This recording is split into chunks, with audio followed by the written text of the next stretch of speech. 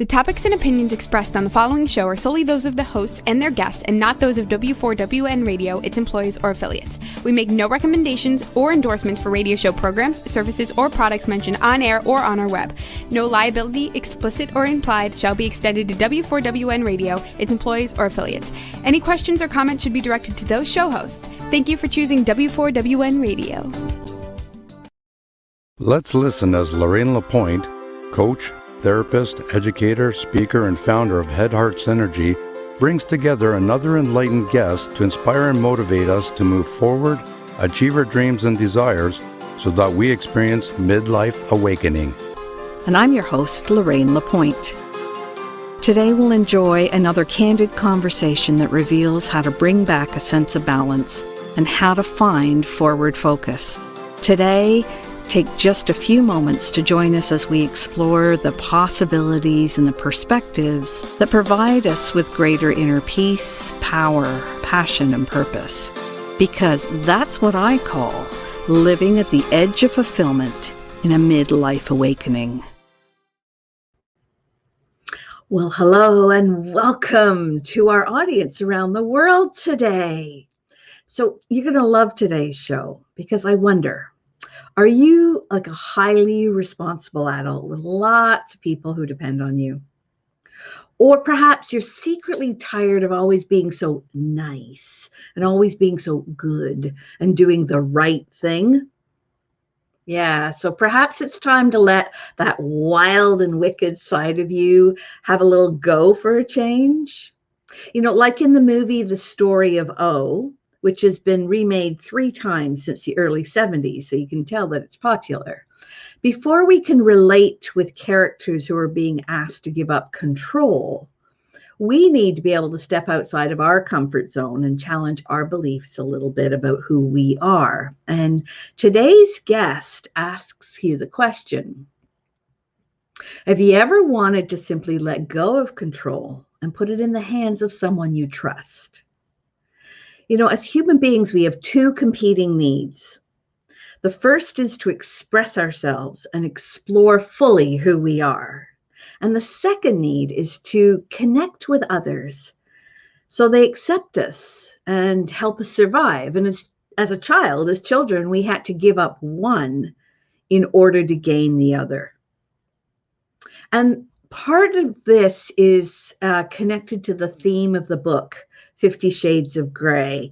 And this show is actually focusing on the exposing the truth of 50 Shades because 50 Shades celebrates its 10th anniversary since its release. I think it's been about 6 years since the movie came out. The book took a subject that was deeply taboo kind of into more of the mainstream. And for many, that was the first time it had tickled our fantasy. And for some, it whet an insatiable appetite as it stretched the limits of the comfort zone and spiced things up in the bedroom. You know, I think many of us were secretly thrilled as the tables turned on Christian Grey and his male dominance, as that meek, mild little kitten turned into a cat with sharp claws. And if you're human, you can continue to crave that connection with others in some form or other. And sometimes we get pushed beyond our comfort zone in order to get that. And then we can discover who we thought we were isn't actually all of us. Because each of us wants to matter. We want to be seen and heard and acknowledged, not just for what we give, but for what we're willing to receive too. We seek pleasure, apparently, and avoid pain. At least that's what we've been taught. I don't know that that's always true. And on this show, we're given permission to stretch beyond the edge as we explore what might provide more fulfillment in our life, even if it's outside of our daily, quotes, normal, whatever that is. So let's explore a little pain and pleasure. So if you will, just imagine for a moment you've spent a whole day cleaning out your car. You've pulled out all the bits and pieces. You've taken out the mats and you've dusted off the dash. You've rubbed and you've scrubbed until the until it starts to gleam the outside. Then you clean off the bug guts and the grime, and it all starts to disappear. And in the sunlight, that beautiful car begins to gleam, and you feel that feeling of accomplishment. It feels so good. You want your efforts to be noticed, and when they are, that gives us that little adrenaline shot, that little dopamine piece. It feels pleasurable. And then the next day, as you stretch before you get out of bed, you feel burn of aching muscles, but it reminds you of all the work that you did. And even though the stretch of those muscles might feel a little painful, that feels oh so good as well. And according to research, we do have that natural aversion to pain and prefer pleasure. But my question is, what about when pain is pleasure? So I'm hoping to explore that with our guest today, who understands how to help someone navigate that pain-pleasure line. To commemorate this 10th anniversary of the book, Baroness V will help us expose the truth about 50 Shades. And before we dive right in, for those I haven't met before, I'm Lorraine Lapointe. I'm a mindset fitness coach and therapist, and I often see that our greatest regrets happen only when it's too late to make a real difference. And in my work, what I found is that compassionate, service-minded, high-achieving women, generally over 40, are often really tired of being too nice. They've given so much to so many for so long, and although that's not their fault, what they really want is to stop being so nice so that they can become more authentic. Many of my clients think of me as a guide who helps women like us express what lights us up inside so we can be cherished, we can build balanced and healthy relationships, and step freely and fully into a life that satisfies our soul. And that's why I reach out each week through my company, Head Heart Synergy, to bring you this program on the Women for Women Network Radio and Talk for TV, and to provide an inspiring, safe, and sacred space to explore a variety of ways to live with greater peace, power, passion, and purpose.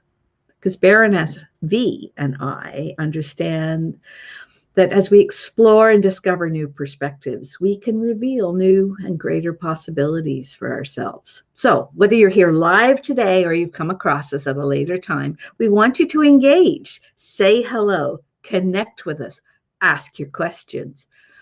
And when we hear something in the conversation, or you hear something in the conversation that makes you curious or shakes you to the bone, let us know by using the comments of the chat.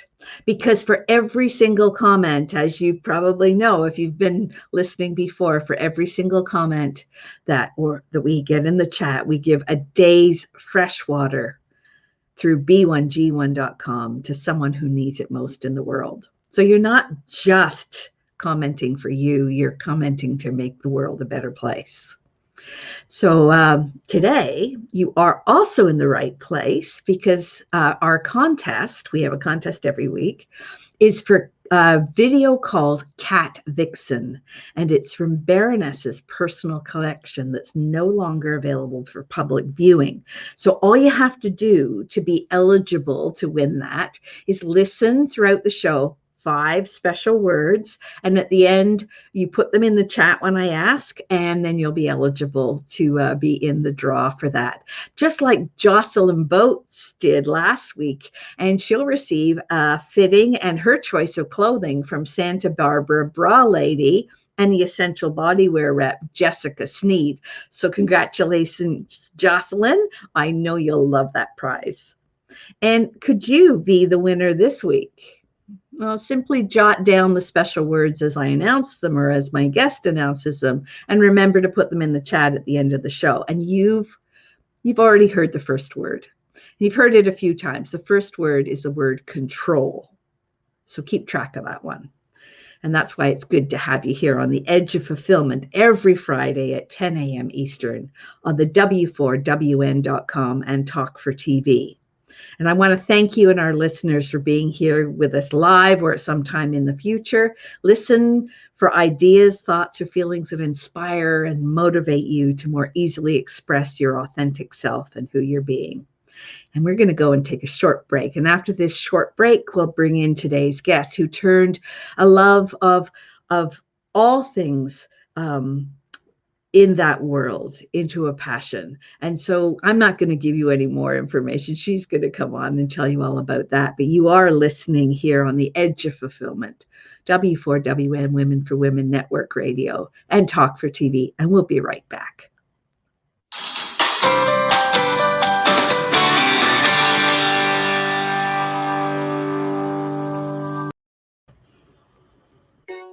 Did you know video is the future on content? There are 3 good reasons why video is the future of content. Number 1, videos are often more engaging than simple pictures or music alone. Number 2, it's much easier to tell your story through video. Number 3, because we love to watch video, they go viral much faster. Hey, notice you're still watching right now. See how well it works. Next time we can play your video here instead. Ask me how. Shine online on Talk 4 TV and W4WN Radio. Hey, are you looking for a brighter future?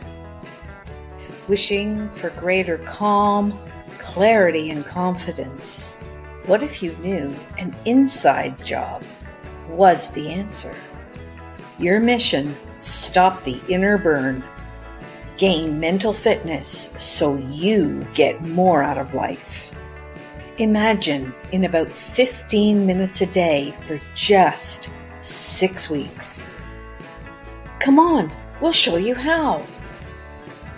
Don't miss it. Just go to www.lorraine.gives/m-fitness and join us right now.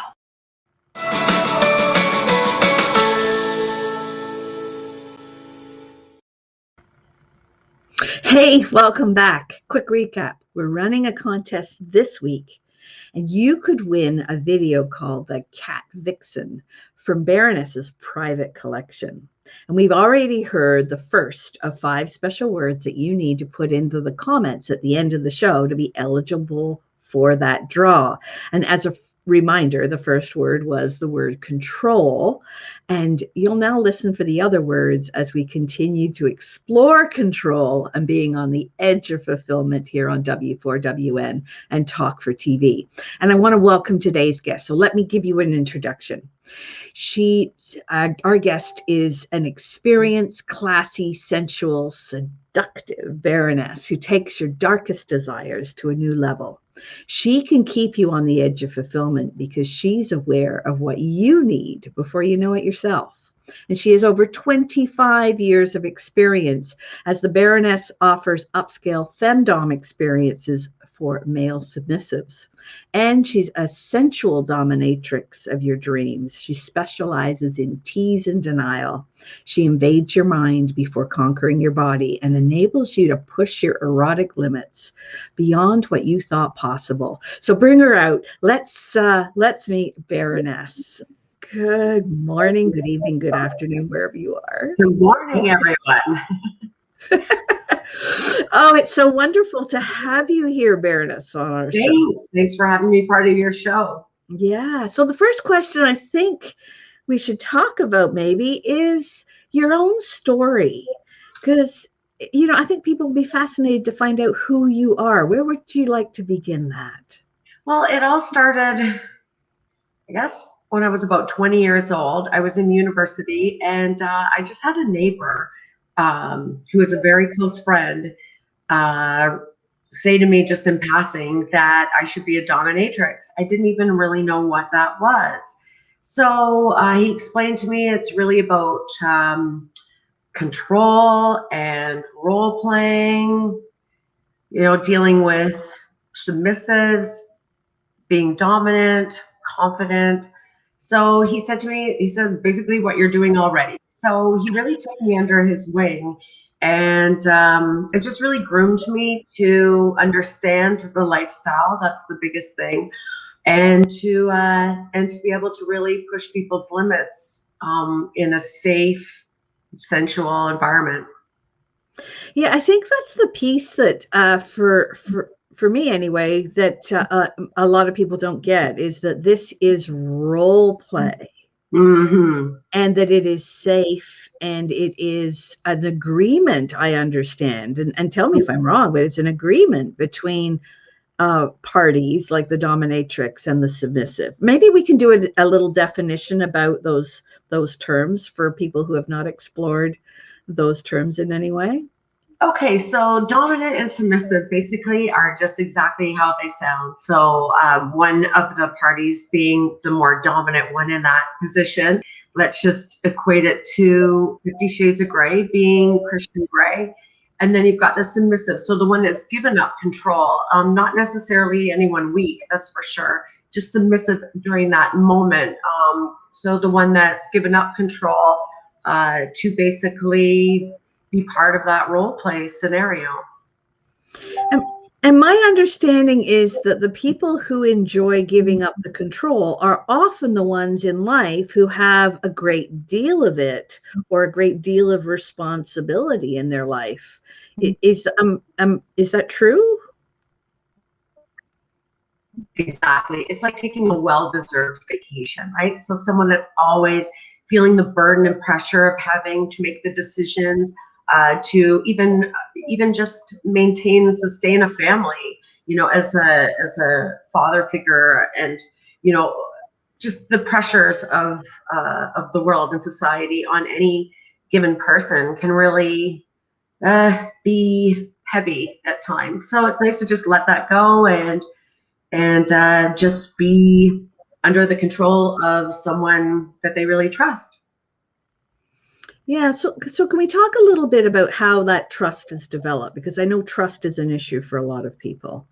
I think I'm a little bit luckier because I don't really have to gain that trust. I've got a well-known name. I've been doing this for so long. But how that is, well, being a dominatrix would be not being mean, not being hurtful. I guess it's really, you just gain that trust just by listening and just coming at it with an understanding point of view, really is what it is. So each person that's ever come to me has a totally different story. None of them are the same. They're usually very involved.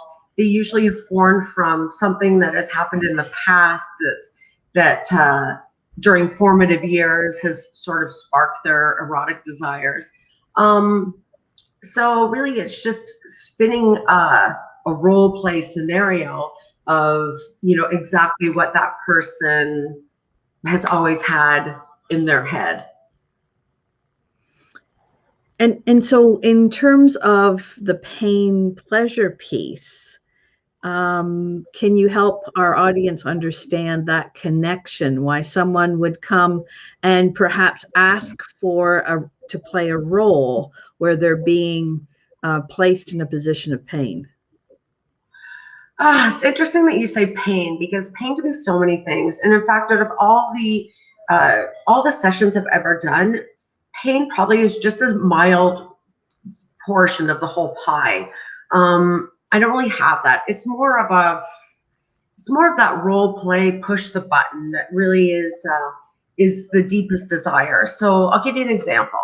So let's say it's someone that wants to come as a student, and I'm the principal, and so I have to chastise them and then discipline them. So that might be something as simple as just like a little roller over the hand, but it's not like people think. It's not like Passion of the Christ.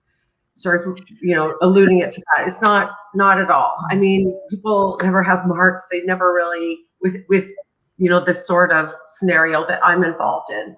I'm more with the mind. I do more the mental control. So just weaving that scenario. Now, the pain factor does come into a few scenarios like that because of the discipline part, but it's never really extreme. It's just more of a warm up for the scenario, if that makes sense. A lot of times sessions are bondage, things like that. So just restraints. So restraining them and then talking to them, telling them what I'm going to do, even though I probably won't be doing that, but just saying, this is what's going to happen to you, and you better listen to me and do what I say, because otherwise this is going to happen. So it's really the threat more of it. It's sort of the game of back and forth, right? So as far as people that are pain submissives, that's usually more in a relationship basis. I found in the past, I'm just painting this from the brush that I have seen with my eyes. And that is really just a release of endorphins that, I don't know if anyone's ever been in extreme pain. I'm not one that would ever want that on myself, but endorphins are released, and it's just a real escape for people that enjoy that scenario. But in the big pie of scenarios, that's probably a small percentage that really want pain. They almost want emotional pain more than they want to feel afraid. I mean, it's sort of interesting you say that, because it really makes me think about it. So I was basically held up in a subway car when I was probably mid-20s. And it was a very scary experience. And I left that experience so weirdly alive. And I can't even really begin to describe it. But I just went pow. When I left that subway, I was like, oh my gosh, like, what just happened? I told everybody I saw, even people at the corner store, I was held up and da-da-da. And I think it's that same sort of wanting to be afraid, and they have to really feel afraid. So it's feeling afraid, but knowing, the unconscious mind really knows that they don't really need to be afraid. So the thinking mind is afraid, yet the unconscious mind knows that they're in a very safe situation, in great, capable hands. So they're not terrified, if that makes any sense. Yeah, it does. Well, it does to me anyway. and it makes sense in terms of role play. Because our mind actually doesn't know the difference between what's reality and what's fantasy, which is why we can watch a movie and we can be excited by a movie, or we can cry in a movie, or we can, if the main character gets a punch to the head, you find yourself doing this kind of thing. So our subconscious mind doesn't know the difference. But as you said, our conscious mind does. So although you're perfectly safe, you can stimulate all of those that stew of chemicals inside to really heighten. Absolutely. Yeah. And with that in mind, a lot of was saying that pain would be 5% of the pie. Probably interrogation would be 80% of the pie. So really, somebody has something in their heart that they can't tell people. But, when I have them in a situation where they feel, oh, I have to tell because they're being interrogated, then they get it off their chest. And that's a big escape also. Oh, I'm fascinated. Tell me more. So how do you know? How do you know that they want to be interrogated? Most of my customers have been with me 30 years. So I really know what's going on in their whole lives, but it's everyone. So they have something to tell me, everyone, whether they want pain, or whether they want to be sissified, like made into a little girl, or whether they want to, whatever it would possibly be. They always have something that they haven't told others. So it's really interrogating. Just the fact that they're here, even they haven't told others. So even that's sort of like a, if you don't do this, I'm going to tell people, that you're. So it's the interrogating. Tell me, I know that you have something that you haven't told people, and so, tell me.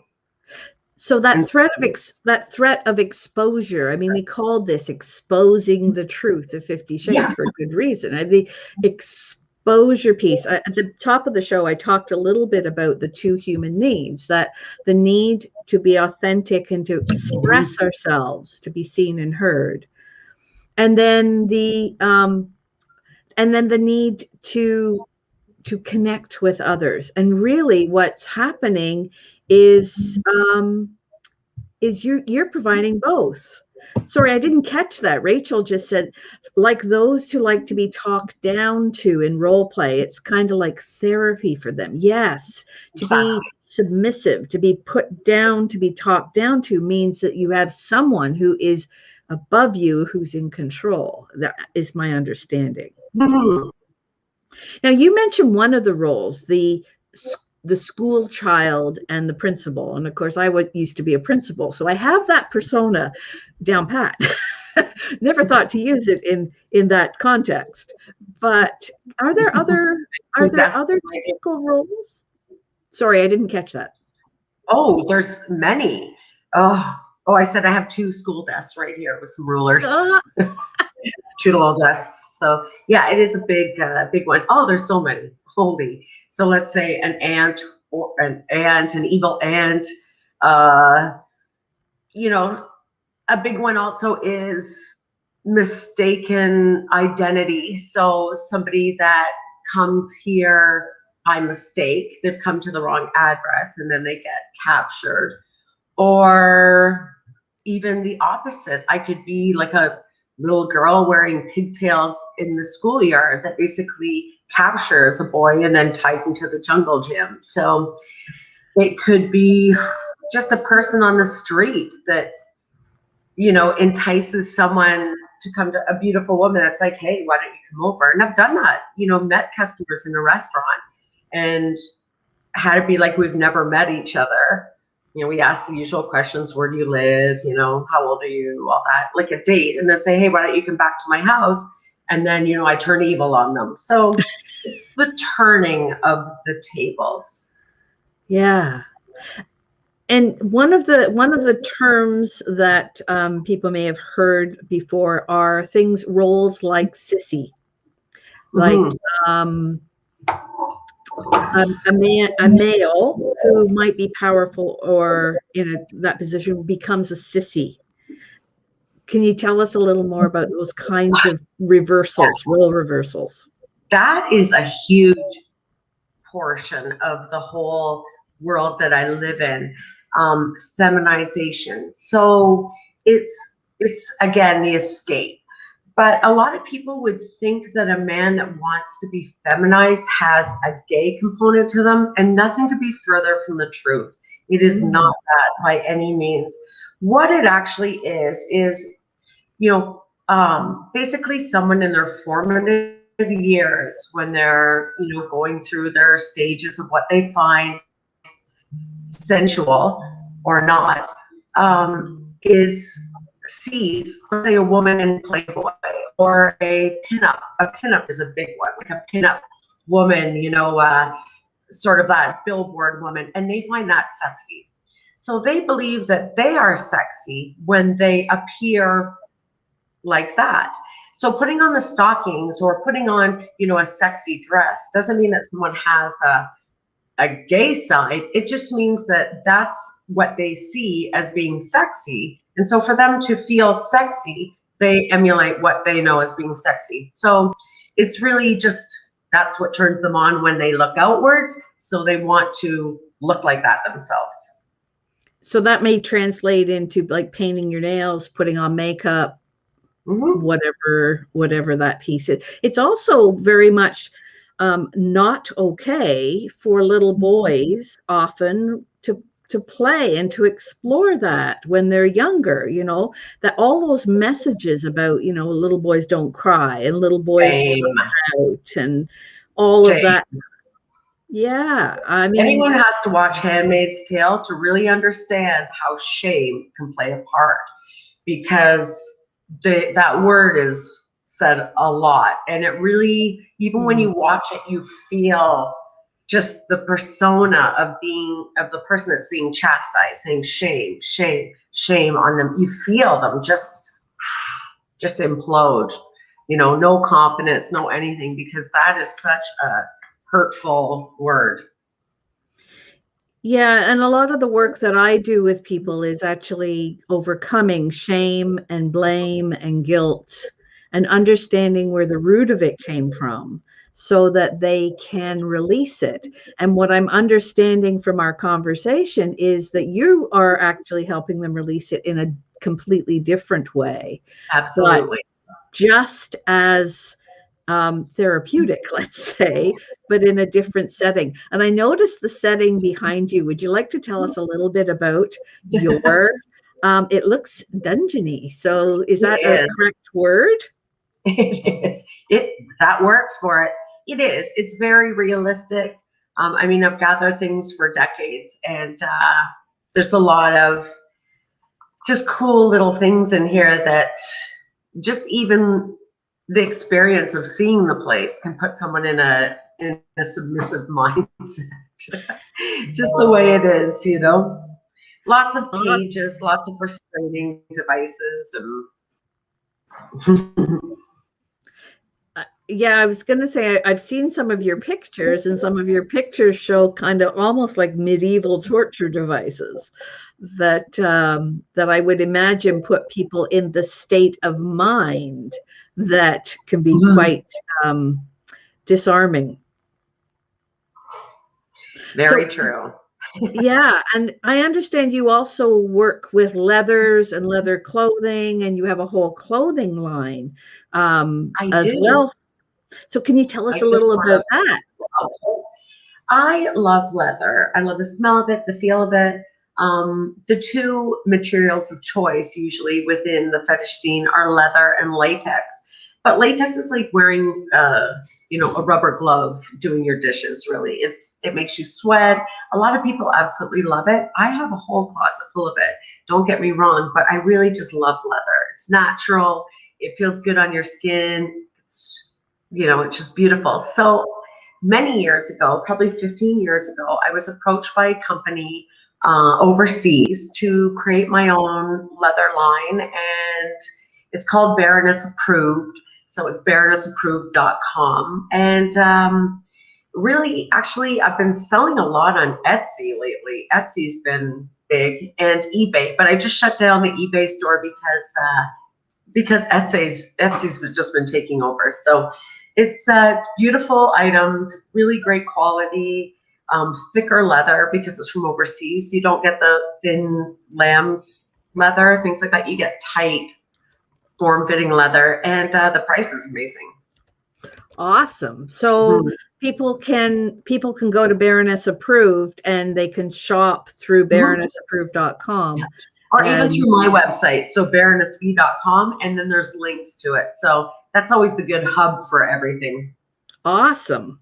And is that the best way to get in touch with you as well, is Absolutely. through these Baroness V?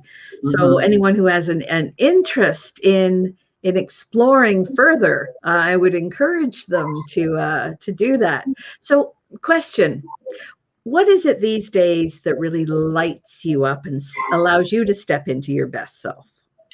Oh, what's funny? It's interesting you say that because COVID has really changed the world, and I don't really do any live sessions, and I haven't for quite some time now with person one-on-one just because of the situation. So I do a lot of online, but what has really lit up my life is I've started running and I got a puppy. So, I've taken a healthier approach to life. I've been eating better. I just, pre-COVID, I was eating a lot of junk food, and, I went to the gym, but I didn't really push myself. But now, yeah, since I've got my new little puppy, we've been running together, and it's just been really fun. Awesome. Also, faith. I think faith has really lit up my life a lot too. I think that a lot of people now, they have two choices: to be sad or be hopeful. And so I find that faith is really put a very positive spin also in my life. I've always, gone to church and things like that. But I mean, really just not so much going to church at all, and just really sitting quietly and just really connecting with the universe, if that makes any sense. So just sort of meditating and just having more downtime, I guess, is really what it is.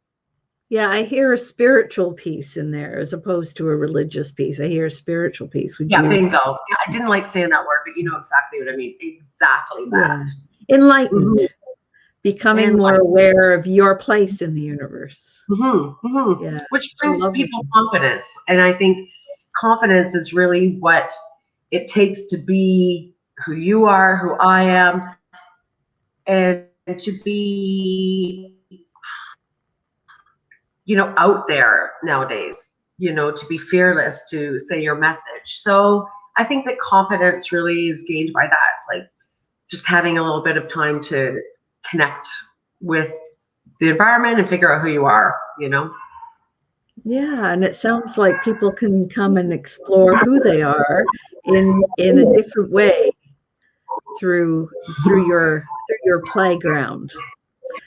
So Absolutely.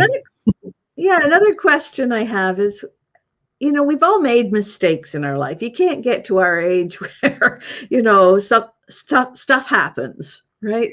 But can you think at all about a mistake that you might have made that's just the best mistake you've ever made? The best mistake? Yeah, something that Mistake at the turned at out to the be time good. was terrible, but now when you look back at it, hindsight. I went through a divorce that was really difficult. So I would say that really, a divorce and getting remarried shortly after, because it brings a lot of judgment. And I just thought, well, I have to do it. So I did it, and it turned out great. Yeah, sometimes our first choice of partner is not our best choice of partner. Or they were good as partners at the time, and then later not so much. I think we change through our lives. Would you Yeah. agree? Oh, absolutely. Absolutely. And for the better. I mean, we talked about this earlier about how, as you get older, you just really don't have that, oh, I don't know what the word is.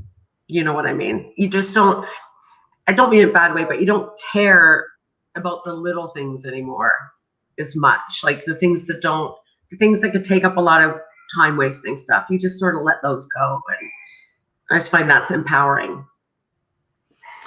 Yeah, and I actually talking about empowering, I've forgotten to give our listeners and watchers the next couple of words. So we had control at the beginning. We've also heard the words role play, and we've heard the word dominant. So those are two other words that you can jot down.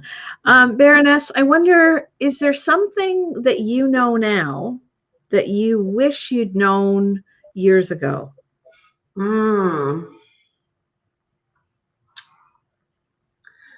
I would have had a child. So I think that's a big one. I think I just never felt like I was old enough to have kids.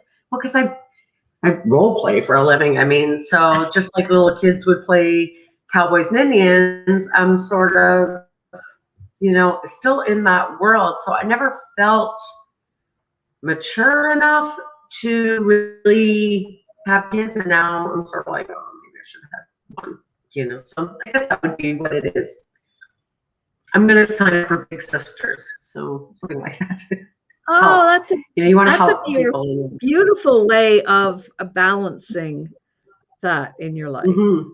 Yeah, and there's such a need. There's such a need for big brothers and big sisters, for children who haven't got that in their lives. So that's beautiful. So to get where you are at this point, what have you had to leave behind?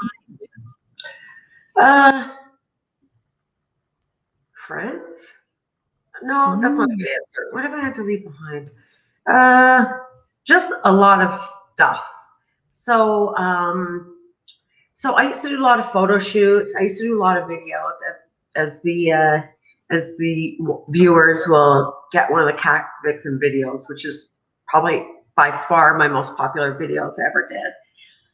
But doing those videos, especially Cat Vixen, because it had such a huge following. So I think I had 250,000 followers on YouTube. YouTube always shuts me down because it is sort of a little bit of copyright infringement because we have Robin in it, and we should come up with a different name for Robin and Batman, you know. But doing those were fun and sort of exciting too because people just love them, and we sold so many of these videos. It was just couldn't even keep up. So, and photo shoots. I haven't done a photo shoot in over 2 years. COVID sort of hindered that anyways, because I didn't want to get people into the house to do the photo shoots, but you know, just not having enough time. I also have other businesses. I own 2 diet businesses. I own a beautiful skincare business that's been booming. And then I have the leather clothing business. And then myself. So I was a therapist. I did hypnotherapy, NLP, as a therapist, and I had to let that go. I just didn't have enough time anymore. So it's just letting go of things that you enjoy doing, but you just don't have time for them anymore, sadly. And then Rachel says, what's your favorite role play to do? No, probably Cat Vixen, because really it's like the Julie Newmar Catwoman character. So it's campy. I wear the full latex with the ears, and I have claws. I have them right here somewhere. But it's fun because it's campy and you say fun little phrases. I just really like that one because it's more fun. So I love Cat Vixen. Well, I was just going to say, and many of us of my great age anyway, grew up watching that on TV. You know, and so in our minds, as you just said, hypnotherapy, in our minds, we were Catwoman. We were that character. And as you said earlier, sometimes when we assume the costume of the character, we get into that beautiful sense of who that character was and what part of us gets to play. So thank you for making that Cat Vixen the prize for this week. That's awesome. And I'm going to give making of Cat Vixen, so you get to see the normal girl and how she turns into Cat Vixen. So it's really fun. It's a little long, but who cares? You can fast forward if it gets boring. So I'm going to give another word. Another word is submissive, because we've already talked about submissive. And I didn't catch that question that John just asked. Oh, so it's not only for Halloween. So tell us more about the costumes, the dressing up, the not only for Halloween. Oh, I have so many. I have a whole closet over there just of clothing, so much. But I usually just wear my own designs because they're just so comfortable and easy to get into. That's not an ad. I'm just saying it's like they're amazing. But that's okay. But yeah, I have basically almost everything. So of course I have a nun outfit, and I have even a Cardinals outfit. Those hardcore Catholics. And then I have you know, a lot of sexy outfits, a lot of latex, cat suits, just everything. And a lot of outfits like here. A lot of people like gas masks and things like that. So I have a lot of gas masks, neat things everywhere. Very cool. So how do you decide? Is this an agreement between you and the person that you're role playing with beforehand, or do you surprise them, or how does this work? It has to be a little bit of both. So because I know them all very well, so I know their little trigger point. So that's an advantage that I have. So I haven't taken new customers in quite some time, but in general, you know, it's funny because I'm being the dominant one, but yet they're the ones that are actually writing the book. So I'm narrating their book that they wrote, if that makes any sense. So it's really starts with their little details, and then I build on that with the equipment that I have here. So, you know, it's just really that. Sometimes, it's usually if I'm running late, I'll say, you know, walk around and pick things and then put them on the table that you'd like me to use. So really, they're in control with almost the whole thing anyways, really, right? Yeah, that's a great question, Rachel. What is a myth you'd like to debunk about sub-dom BDSM? Oh, that's a great question, actually, and very, very, very easy to answer. I think because of 50 Shades of Grey, it's very polar opposite to the world that I live in.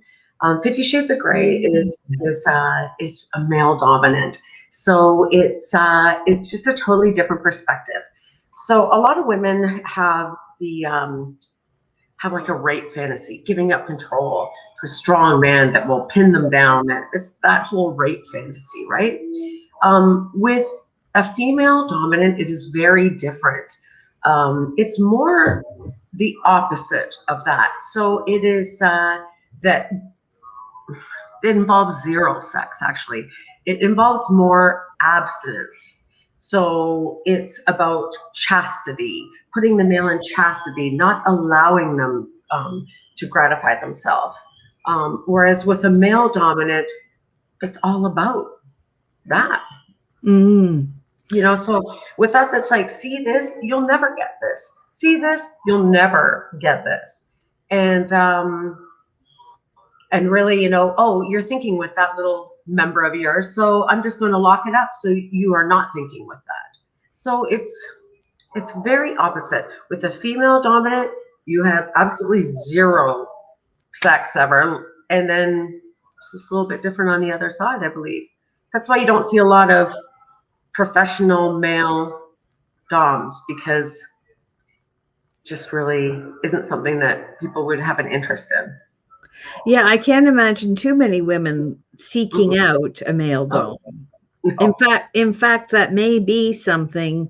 Well, there's a good question from John. Do you work with other dominants? Absolutely. I love when I can add other dominants in. So it usually depends on just what the request is, or if I have a girlfriend over during that time, or whatever it would be. But yeah, absolutely. I love my fellow femdom friends.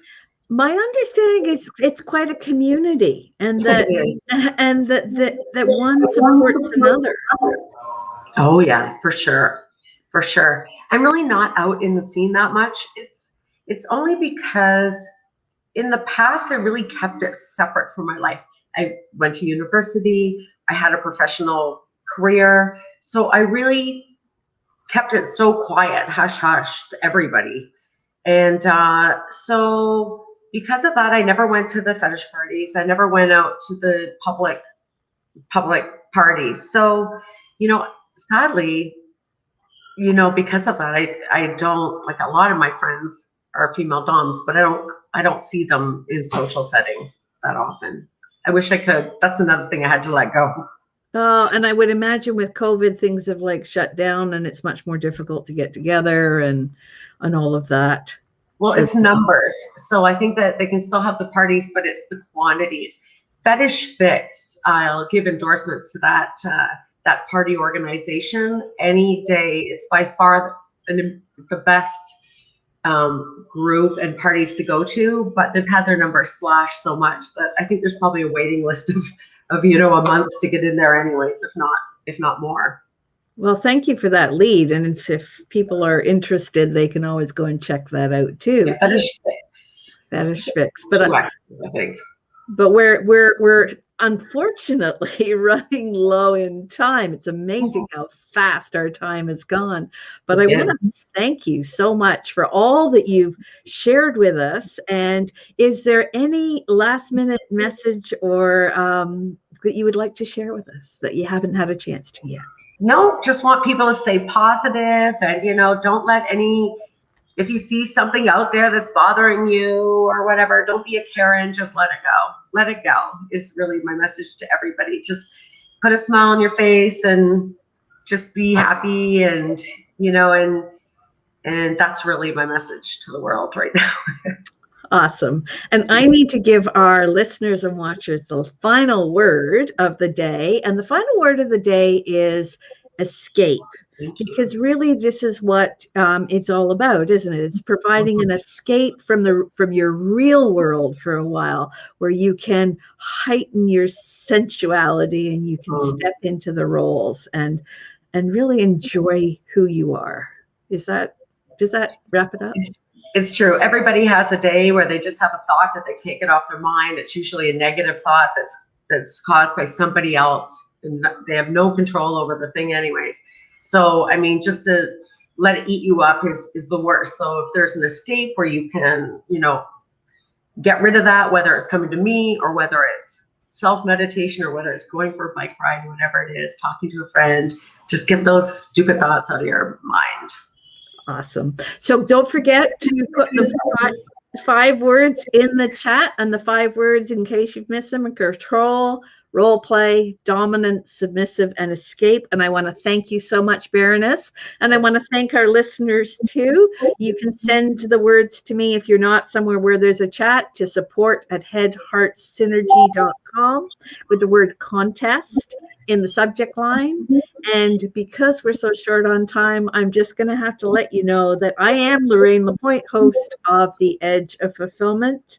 And this has been a wonderful conversation with Baroness V. Thank you, everyone. Yeah, and at the edge of fulfillment, you have a choice. Stay on the edge and always get what you've always got, or become just a little bit courageous to move beyond the edge and get what you really want. And I'll see you next week.